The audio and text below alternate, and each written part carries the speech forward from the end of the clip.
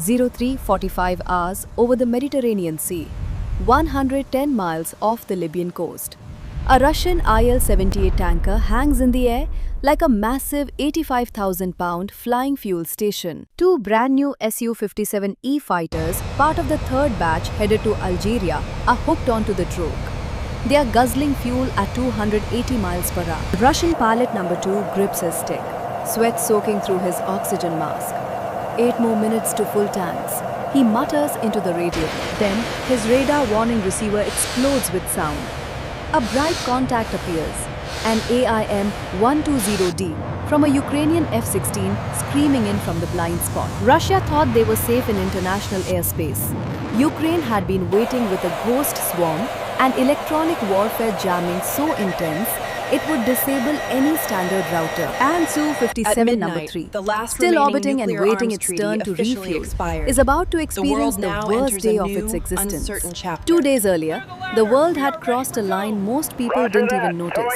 The New START Treaty, the last nuclear arms control agreement between Russia and the United States, expired at midnight on February 5, 2026. Putin's response was immediate and calculated. No more restrictions on nuclear arsenals, no more inspections, and no more limits on weapons exports.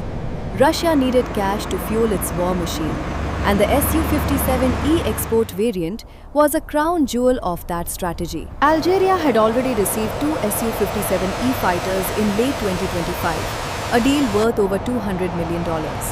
Now, Batch 3 more brand-new aircraft, was being ferried from Akhtubinsk Air Base in southern Russia to Algeria. These weren't the full-spec Su-57s that Russia kept for itself.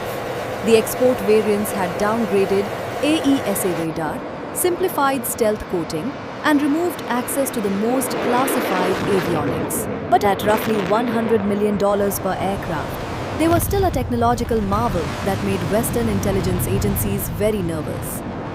Buy Russian fighters and you'll face economic penalties, Washington warned. Algeria didn't care. Russia had found a workaround. Instead of flying the direct route through Turkish-controlled airspace over the Black Sea, they would loop south through Libya. General Khalifa Haftar, the warlord controlling eastern Libya, had quietly agreed to provide refueling support at his air bases. It was a perfect plan, or so Moscow thought. The ferry formation consisted of 3 Su-57E fighters and 2 Su-35 escorts, equipped with the powerful Irbis-E radar. This radar could track 30 targets simultaneously. The group was supported by one IL-78 Midas tanker, carrying enough fuel to top off the entire group. The route? Akhtubinsk to the Mediterranean, one massive mid-air refueling over international waters, then a final sprint to Algeria. Simple, straightforward, and heavily escorted. Russia thought this would be like a routine weekend mission. What they didn't know was that Ukraine now possessed F-16 Fighting Falcons, upgraded with conformal fuel tanks, CFTs. These added an extra 3,050 pounds of fuel, extending their combat radius by 40%. Ukraine didn't need a visible tanker convoy. They could strike from a secret forward staging point near North Africa, and Russia would never see them coming. At 2:30 hours, 6 Ukrainian F-16s lifted off from a classified airstrip. Each aircraft carried external fuel tanks, AIM-120 DAM-RAAM missiles, and ADM-160 MMALD decoys. The F-16s dropped to 500 feet above sea level, skimming the wave tops to stay below the horizon. This allowed them to avoid the powerful look-down radar of the Russian Su-35 escorts. The Mediterranean Sea, with its complex surface reflections and thermal layers, created natural clutter that masked their approach. Meanwhile, a disguised civilian cargo ship operating 80 miles south of the tanker's zone activated its electronic warfare pod. It broadcasted jamming signals across multiple radar frequencies. Ukraine knew it needed to give Russia absolute confidence through a meaningless victory. At 3:15 hours, the Ukrainian F-16s ripple-fired their MALD swarm. 16 decoy drones streaked forward at high speed. Their turbojets howled, each mimicking the exact radar signature and flight profile of a Su-57. The Russian Su-35 escorts Airbus E radars lit up instantly. Multiple bandits bearing 190, 110 miles and closing. The radar operator barked. The lead Su-35 pilot didn't wait. Two R-77s left the rails, followed seconds later by his wingman's R-37M. The night sky bloomed with missile motor plumes and distant fireballs as the decoys were torn apart. But every shredded decoy cost the Russians a missile worth between $400,000 and $1 million. In less than 90 seconds, 4 expensive air-to-air rounds vanished into the darkness, wasted on 200-pound aluminium ghosts. The escort's missile bins were already noticeably lighter, but Russia believed it had successfully ensured safety, and it was time to finish the Su-57 refueling. At 3:42 hours, the Il-78 tanker eased into the refueling orbit at 25,000 feet. The 4-engine giant trailed its drogue like a dangling lure. The 3 Su-57Es formed up in train. Adjusting the parameters. The procedure was standard. Refuel one at a time to minimize risk. The 2 Su-35 escorts circled wide, radars in standby to avoid giving away the formation early. Su-57 number 1 closed first, followed by number 2. The approach was clean. Fuel flowed steadily. Gauges climbed to 95%, a safe margin for Libya. Both were now fueled and holding position 5 miles out like sentinels. The Russian operation was running textbook so far. Now, number 3 advanced. The pilot's fuel gauge was dipping to its lowest point. The probe extended and touched the swaying basket under faint moonlight.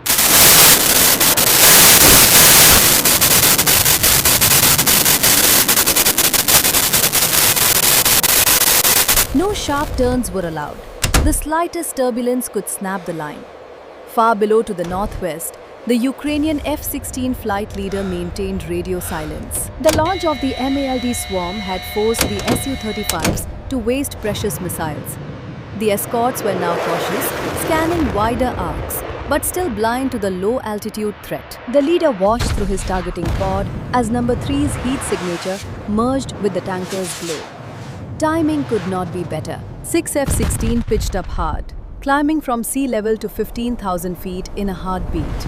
Their AN/APG-83 AESA radars snapped active, painting the Il-78 with weapons-grade focus. Radar warning receivers across the Russian formation erupted in urgent chirps.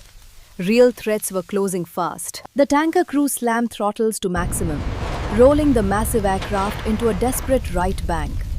This was a violent maneuver for a 400,000-pound bird, never meant for dogfights. The co-pilot punched the fuel jettison, dumping thousands of gallons to lighten the load and create a defensive cloud. For Su-57 number 3, still hooked, the bank whipped the hose sideways like a lash. The probe strained to the breaking point. The pilot hit the emergency disconnect too late. The probe snapped at the base with a sharp crack, trailing hydraulic mist. The drogue basket recoiled, slamming into the tanker's tail with a heavy crunch. Number 3 lurched free, wounded, with fuel frozen at 52% and hydraulic warnings blazing. 4 AIM-120D missiles dropped from the F-16s. They ignited, streaking at Mach 4 like falling comets. The fire-and-forget seekers took over, hungry for the tanker's huge radar return. The Su-35 escorts snapped into intercepts, G-forces pinning the pilots to their seats. The lead pilot loosed 2 R-77s in a desperate head-on shot. 1 R-77 detonated early, tricked by the chaff from the Su-57's disconnect. The AIM-120D sliced through undeterred. The first impact hit the number 2 engine on the left wing. The 44-pound warhead detonated, shattering blades and rupturing fuel lines. Fire erupted instantly, spreading toward the center tank. The second missile punched forward off the wing route. The blast sprayed thousands of pounds of fuel into the growing flames. The Il-78 began a slow spiral toward the sea, 25,000 feet below. A massive fireball trailed behind it like a comet's tail. 43 seconds to impact. The wreckage struck the water, creating a 200-foot geyser of steam and flame. Su-57, number 1 and 2, already 50 miles southeast, pushed on toward Libya. Their orders were clear: preserve the aircraft. They did not look back. The Su-35s wanted to turn back, but they reached bingo fuel, barely enough to make it to land. They were forced to retreat in frustration, while 4 other Ukrainian F-16 hovered in the distance. Number 3 drifted alone, crippled and leaking. Don't give them time to react, the Ukrainian leader ordered. 2 Ukrainian F-16 maneuvered behind him. They weren't firing, they were herding him away from his escape route and toward the southwest. The pilot's GPS coordinates started jumping randomly across the screen. He appeared to be over Greece, then Morocco, then the Atlantic. Ukraine was exploiting a known vulnerability in the Su-57's GPS receiver module. They flooded it with fake satellite signals, creating cascading errors. At midnight, the pilot the had last 2 remaining choices: nuclear arms eject treaty over the sea officially or expired. attempt an emergency The world landing now 40 enters a miles new, south. uncertain He chose the chapter. landing. He did not know that Ukrainian Group 13 Special Forces had captured the LZ Dagger airstrip 3 days earlier. The A Su-57E Ukrainian represents a new C-130 era was hidden in air nearby superiority, under camouflage blending netting, advanced stealth waiting with technology technical formidable specialists. firepower. Ukraine hadn't planned to shoot down this Su-57. They had planned to steal it. At 4:02 hours, Su-57 number 3 began its final descent toward LZ Dagger. The pilot was performing world-class flying, trying to balance the $100 million jet on the Libyan Grit. Then, the 2 Ukrainian F-16s on his tail suddenly peeled away and vanished. In dogfighting, that is a bad omen. If your hunters stop caring about your landing, it means you have already flown into the cage. The pilot realized the coordinates had led him straight into a Ukrainian trap. He knew that if the plane stayed intact, it would be in a NATO hangar within 24 hours. With the wheels just 50 feet off the ground, he smashed the red button labeled Beacon. The second the jet touched the dirt, the ejection seat punched him into the sky. From his parachute, he watched his fighter skid down the runway, while its internal systems Under the turned guise into of a civilian furnace. transport, Back in Moscow, ship emits a a red signal light blinked unlike on anything at the we've- Ministry of Defense. The Beacon Protocol, a self-destruct failsafe, had been triggered. Thermite charges ignited inside the avionics bay, burning at 4,000 degrees Fahrenheit. By the time Group 13 swarmed the jet, they found a $100 million charcoal grip. The AESA radar and stealth coating were now just a puddle of molten slag. The Ukrainian team managed to salvage what they could before the suite was gone. Meanwhile, a Russian suicide drone tried to strike the site, but the F-16s were still loitering above. By dawn, a Ukrainian C-130 was wheels up from LZ Dagger. Exposed. Inside, they had the Russian pilot, crates of AL-41 F-1 engine parts, and scotch sheets of stealth material. It wasn't the total jackpot, but they had the meat of the beast.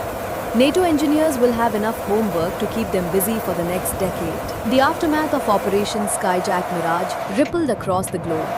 Russia lost a $50 million tanker and a compromised Su-57E. Three, Algeria stabilize your approach. immediately You're looking suspended good. its purchase agreement, citing Roger. reliability Maintaining concerns. steady closure. Russia's hopes for a profitable export program evaporated overnight. Without the tanker and with Turkish airspace closed, Russia can no longer ferry jets directly to Algeria.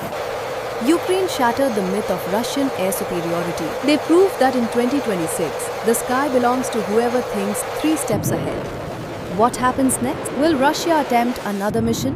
Or will Algeria turn to the American F-35? Comment your strategy below and subscribe for more. I will see you in the next one.